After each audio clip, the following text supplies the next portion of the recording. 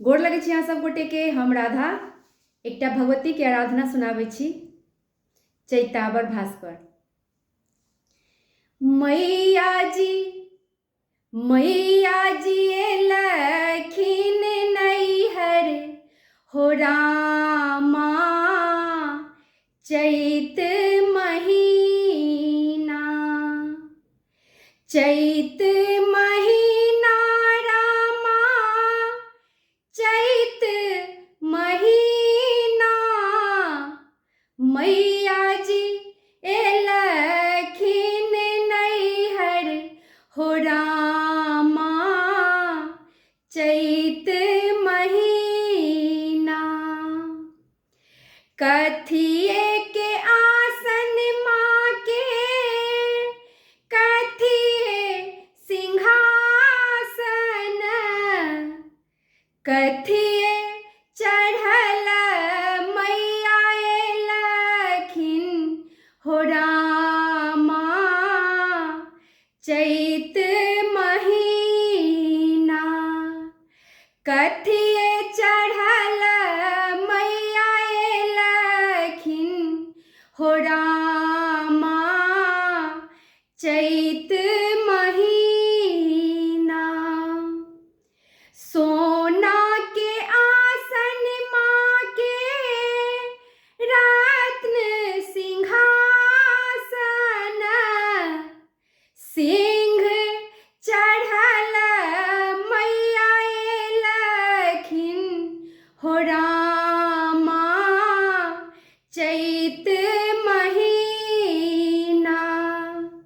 सिंह चढ़ल मैया एलखिन हो रामा, चैत महीना।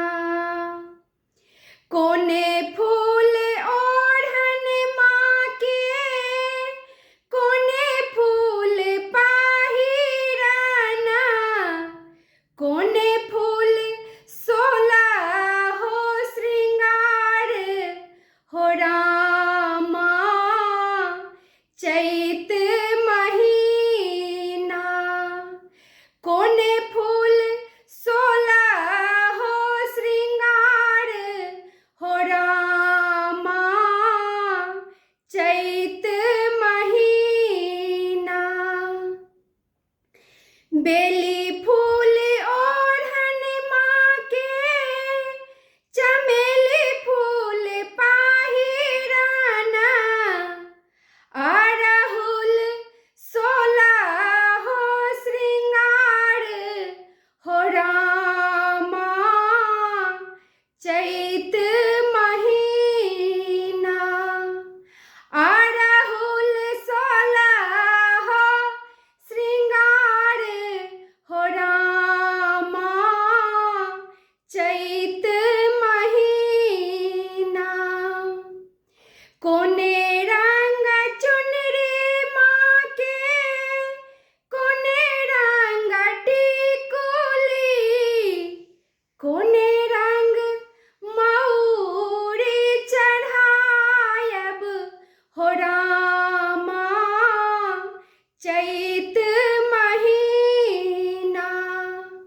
कोने रंग मऊरी चढ़ायब हो रामा, चैत महीना।